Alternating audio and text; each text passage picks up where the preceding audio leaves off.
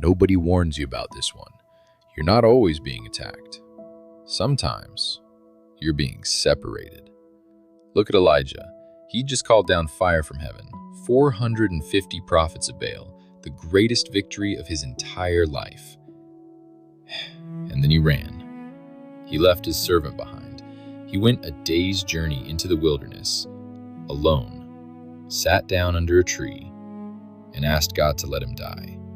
His exact words, "I alone am left."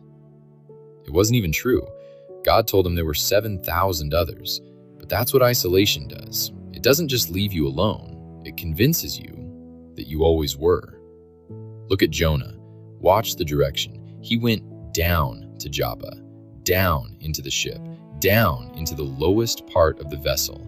And there, in the middle of a storm that was tearing the boat apart, he was asleep, alone, below everyone, unaware.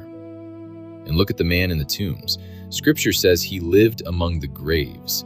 No one could bind him. No one could reach him. Night and day, crying out, cutting himself with stones. That's not where isolation starts. That's where it ends. Notice the pattern. One ran after a victory. One ran from a calling. One had been gone so long, nobody was still trying. The enemy doesn't need to win an argument with you. He just needs you, by yourself, long enough to start believing him. So pay attention to what pulls you away.